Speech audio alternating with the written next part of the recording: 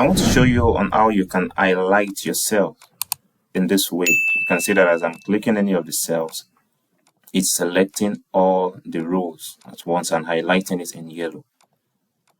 So let's dive in. So I'm going to be using a new sheet like this. This is blank.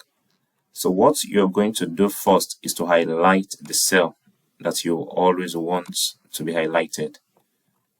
Then after highlighting it, come to conditional formatting. And then under conditional formatting, click on new rule.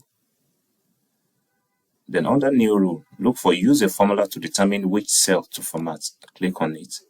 And then inside this format values where the formula is to, click here and then press equal to row, open brackets, close brackets, equal to cell, open brackets, and then open double quotes, and then type in row, and then close with another double quote, and then close with a bracket or parenthesis. Then come to format, and then choose the color that you want it to be highlighted. Okay, let's choose purple this time around, a light purple.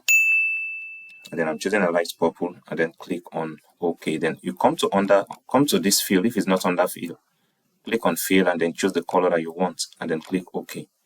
Then click OK. You can see it's not working yet, but don't worry. Then under the sheets here, right click on it and then click on view code.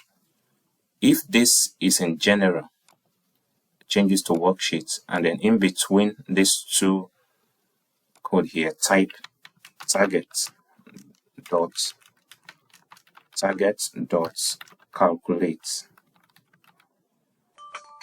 and that is it. Then close it. Then you can click here to go back to the sheet. So now when I click, just click everywhere, you can see it's highlighting the cell, the row that we want. See you in the next one.